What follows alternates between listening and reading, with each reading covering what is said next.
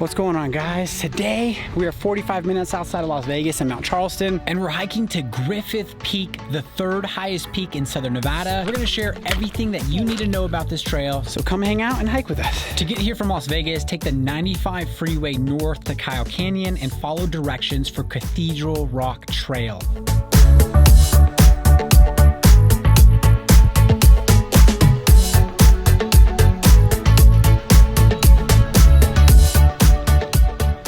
Following that for Griffith Peak to the left. This trail is gonna be about 10.2 miles in total, 5 miles up, 5 miles back. We're gonna gain about 3,500 feet of elevation, all the way up to 11,000 feet at the peak.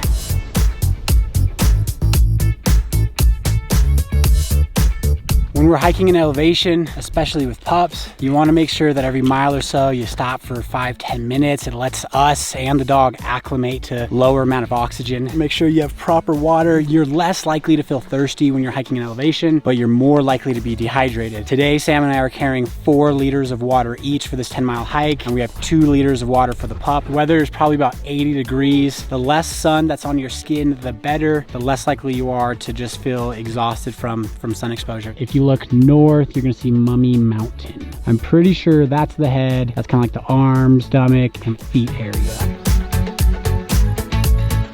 Trail is pretty well defined. You have a plethora of pretty flowers and aspen trees, pine trees. There's little spots of shade where we've been able to kind of stop and take a break. There might be a little seasonal spring over here. There was last year one that we found, so we're gonna see if we can find that this time. You ready?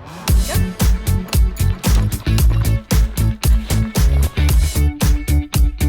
Almost 2.5 miles into the trail. We're pretty much done with the first set of switchbacks. Coming up to Echo Overlook in a quarter mile. Echo Overlook is gonna overlook Echo Cliffs. Really, really beautiful views. It's getting more foresty. And finally, the weather's seeming to just chill out a little bit. I love that there's just trees growing on the ledge of a mountain. Amazing.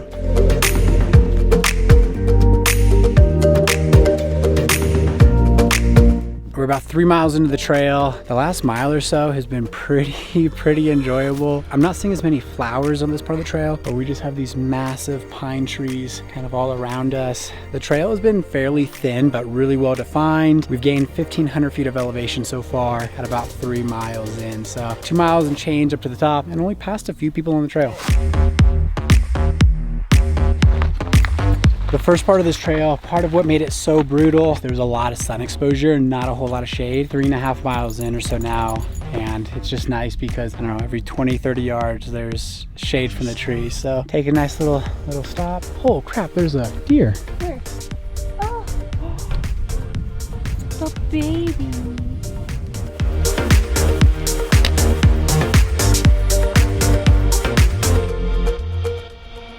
We decided to take a little actual proper break, take off the pack, sit down, literally on the edge of a ledge. Views of Cathedral Rock, which is where we went last week, Coxcomb Ridge, Mummy Mountain. Gonna enjoy this for a little bit longer and then get home. Very peaceful up here. There's just really nobody. Tooks is enjoying herself. She's doing well in elevation so far. We've been aware of it and making sure to take those little breaks, but she's just chilling like a good pup.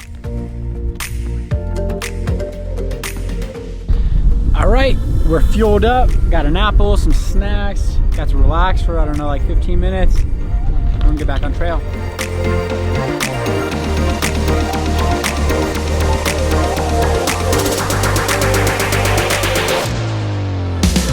For this trail, there's 3 sets of switchbacks. We just got done with the third, and I think we're less than a mile out from the peak. About 1,000 more feet of elevation gain up to the top. The last, I think, half mile gets pretty steep on us. It's tranquil, very few people out here. The weather is just perfect. Thoroughly enjoying ourselves. And it's a great way to stay in shape.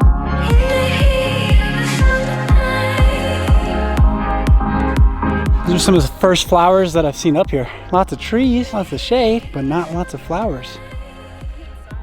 In 2013, there was a 28,000 acre fire, the Carpenter Fire, and it actually closed this trail. The reason why it was closed was it burned the entire area, and then it rained super hard afterwards, completely wrecked the trail. Thousands of volunteer hours and moving hundreds of trees off the trail, they were able to open this again. That's where we're headed. That is Griffith peak up there. You can really see the damage from the fire, especially up here at the top, and it's pretty much just all charred up trees. Some of the trees lower down, they actually made it out of the fire okay. They're still green. Once you get to the top, almost everything is burned.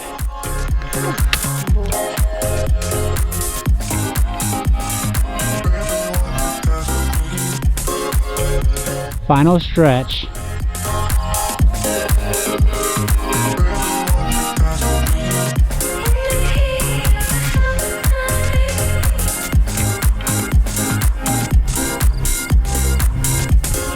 Almost there. Almost there. Wow. Griffith Peak. 5 and some miles up to the top. Woo! I didn't know they had ladybugs up this high. Made it up to Griffith Peak. It's a full-on trail. We passed probably, or we're passed by coming back down, maybe 10 people in total in 5 miles. And we're up here at Griffith Peak right now completely by ourselves. There's nobody up here. Super enjoyable, tough as hell, and the views are Spectacular. spectacular. You can see 360 all the way around. On the south side, you can actually see California. You can see Pahrump southwest of us. We have views of Las Vegas. You're supposed to be able to see all the way to Lake Mead, but it's a little hazy right now. You actually can. That's Lake Mead right there. Oh shit.